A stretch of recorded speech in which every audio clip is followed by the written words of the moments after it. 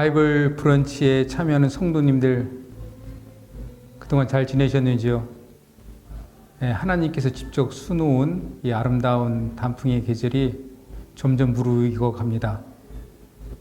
저는 광교 꿈의교회 우리를 섬기고 있는 유호성 목사입니다. 오늘 하나님께서 저희들에게 주신 말씀은 역대하 13장 1절부터 14장 1절까지 말씀입니다. 그 중에 14절, 15절의 말씀을 읽어보도록 하겠습니다. 유다 사람들이 들을 돌아보고 자기 앞뒤에 적병으로 말미암아 여호와께 부르짖고 제사장들은 나팔을 부니라. 유다 사람들이 소리지르며 유다 사람이 소리지를 때 하나님이 여로보암과 온 이스라엘을 아비야와 유다 앞에서 치시니. 먼저 열왕기 상하, 역대 상하 내용이 유사한데요.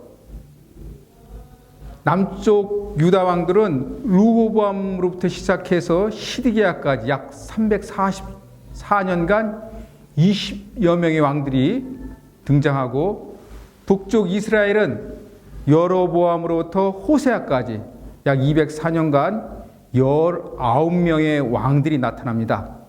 총 왕들이 39명이 나타나고, 또 이 열왕기 상하, 역대 상하를 전개하는 그 방법이 남쪽 유다 왕을 중심으로 해서 북쪽 이스라엘 왕들과의 관계를 설명하기에 남쪽과 북쪽의 왕들의 도표를 옆에 두시고 성도님들이 성경책을 읽으면 그 내용의 파악이 수월합니다.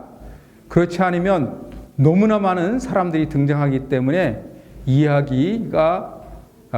성경 말씀을 이해하기가 좀 어렵습니다. 오늘 하나님께서 우리에게 주시는 역대하 13장의 말씀의 배경에서 남쪽의 유다 왕은 아비야입니다. 또 아비얌이라고도 합니다. 그는 솔로몬 왕의 손자이고 르호보암의 아들입니다. 그리고 북쪽은 솔로몬이 왕이 죽자 유대 민족을 분열시켜 열지파의 통치자가 된 여로보암입니다. 오늘의 이야기는 주전 약 916년에서 914년 사이에 일어난 일로 북이스라엘 남단에 위치한 베델 근처를 두고, 베델 근처에 있는 스리암 산지를 두고 두 나라가 전쟁하는 내용입니다. 오늘 역대하 13장의 내용을 구분하면 크게 둘로 나눌 수가 있습니다. 먼저는 1절부터 12절까지 말씀입니다. 전쟁을 앞두고 유다의 아비야 왕이 북이스라엘의 여로보암과 그 군사들에게 연설한 것입니다. 그 연설 내용을 정리하면, 첫째는 하나님은 북이스라엘 아닌 직계 다윗 혈통인 남쪽 유다에게 그 나라를 영원히 주실 것이라고 소금 언약을 했다는 것입니다. 소금 언약의 의미는 소금이 부패를 방지하는 것처럼 결코 파기될 수 없는 언약이라는 것입니다. 그래서 사람들이 약속할 때 소금에 절인 음식을 함께 먹음으로써 약속을 굳게 지킬 것을 서로 맹세합니다. 하나님께서 남유다 중심으로 왕조가 이어갈 것이라는 것을 굳게 언약했다는 것이죠. 둘째는 남유다의 예루살렘에서 확립된 제사장직이 진정하다는 것입니다.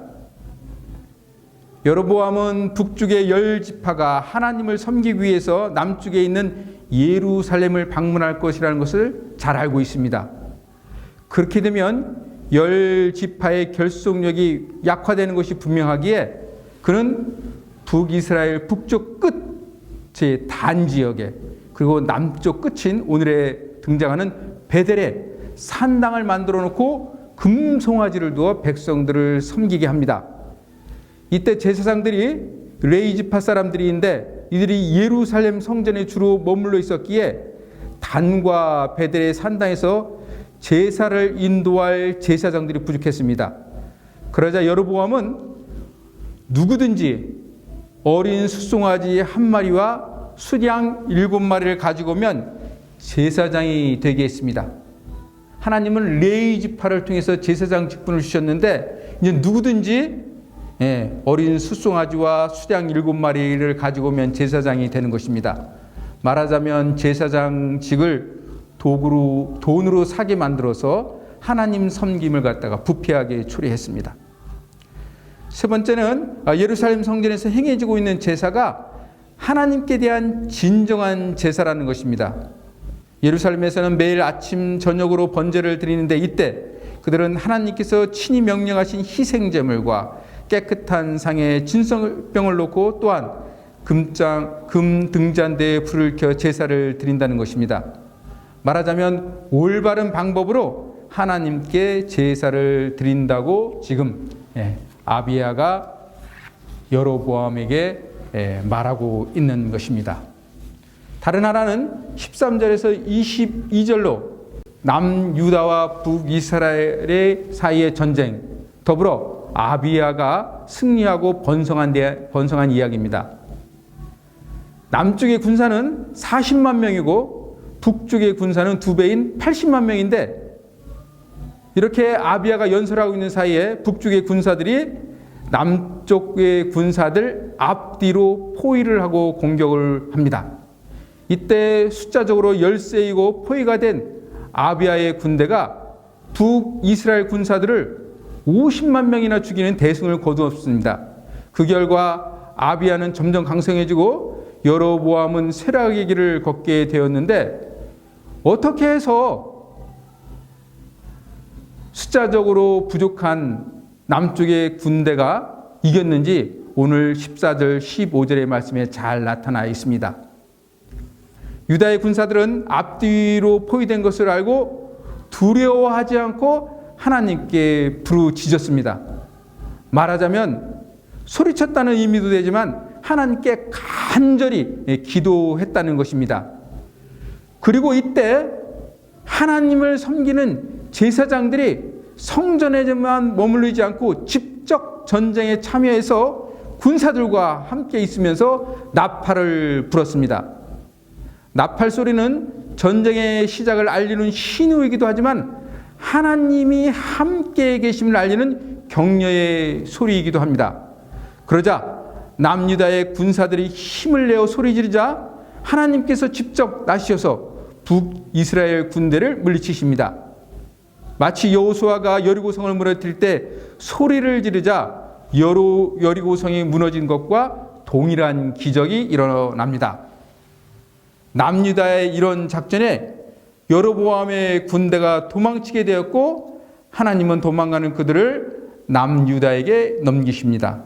그 결과 북이스라엘 군대 50만 명이나 쳐 죽이는 놀라운 기적이 일어나고 대승을 거두게 됩니다.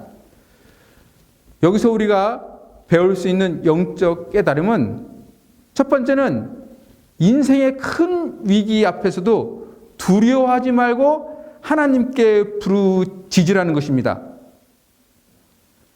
하나님께 부르짖어 기도하면 하나님께서 그 기도를 들으시고 그거에 응답하신다는 것입니다.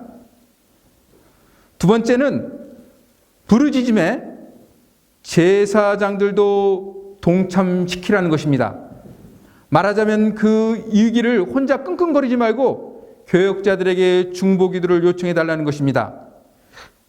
제사장들 곧 교역자들이 존재하는 이유는 여러분들에게 나팔을 불어주기 위함입니다. 말하자면 여러분들의 문제점을 하나님께 아뢰고 또한 여러분들의 용기를 줌으로써 여러분들의 인생 여정에 승리하도록 도우미 역할을 한다는 것입니다.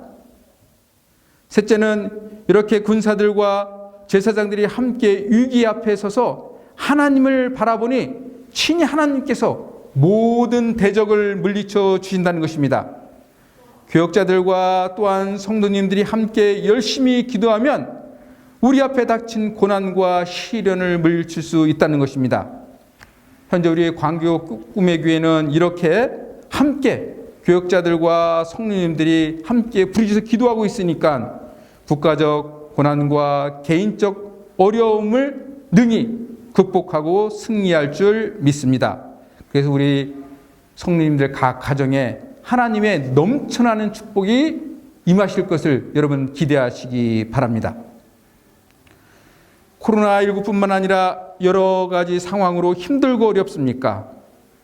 가슴을 한번 쭉 펴시고 큰 숨 한번 들여마시고 그리고 하늘을 한번 바라보시면서 오늘도 살아서 역사하시며 우리의 기도를 드시는 하나님을 한번 살아계심을 굳게 믿으시기 바랍니다.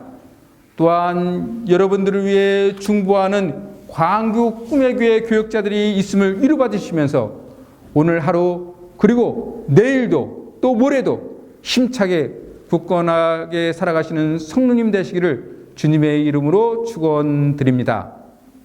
우리 다 함께 기도 드리시겠습니다. 남유다의 아비야 군대는 북이스라엘 군대 숫자보다 절반밖에 되지 않았습니다. 그리고 그들은 앞뒤로 포위되었습니다. 이런 위기 앞에서 제사장들과 군사들은 하나님께 부르짖는 기도로 하나님께 도움을 구함으로 말미암아 대승을 거두었습니다. 우리의 인생 앞길에도 무수히 많은 장애물이 있지만 오늘도 살아계셔서 역사하시는 하나님께 기도함으로 승리의 삶을 살아가는 저희 광교 꿈의 성도님들 또한 교역자님 될 수 있도록 인도해 주시옵소서. 감사드리며 예수님의 이름으로 기도드립니다.